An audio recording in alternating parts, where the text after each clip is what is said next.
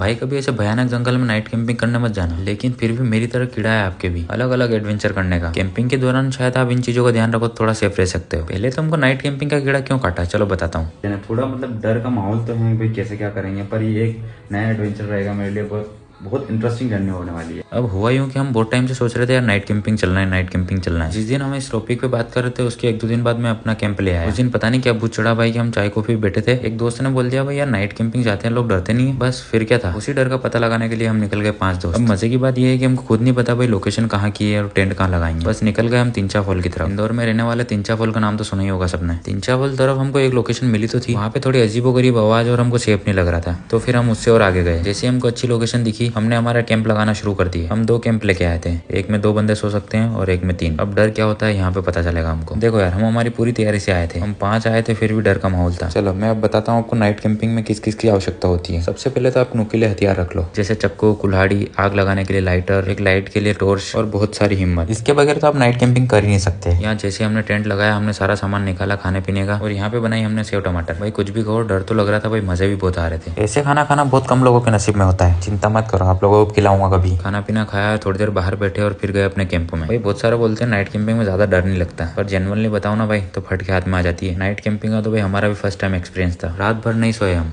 सोए क्या भाई डर ही इतना लगे नींद ही नहीं आया। जैसे तैसे करके तो सुबह हुई, फिर सुबह दिखी भाई लोकेशन हमको कि किस जगह हमने टेंट लगाया। सुबह सुबह का नजारा देख के तो भाई अलग ही एनर्जी आ गई। अब मैं बाहर की लोकेशन दिखाऊंगा तो आप खुद बोलोगे यार हमको भी जाना है ऐसी कैंपिंग पे, पर थोड़ा रिस्क रहता है भाई, अकेले तो भाई कभी मत जाना। थोड़ी देर बाद मेरी नजर गई इन बकार्डिस फ्लावर पर, फिर लगा भाई यहाँ पे और भी कोई आता है, वो भी रात में नहीं दिन में। पर जो भाई सुबह सुबह का वहाँ का सुकून था ना, वो शायद ही अब कब देखने को मिले। जाएंगे जाएंगे भाई, ऐसे नजारे देखने के लिए तो भाई कुछ भी कर सकते हैं। ज्यादा से ज्यादा थोड़ा डर ही तो लगेगा, इससे ज्यादा क्या ही हो जाएगा। तो ऐसी रही हमारी डर वाली रात। अब यहाँ पे कोई आए उससे पहले हमको निकलना था। और कोई इच्छुक हो मेरे साथ नाइट कैंपिंग पे चलने वाला तो कमेंट सेक्शन में जरूर बताना। Thank you so much.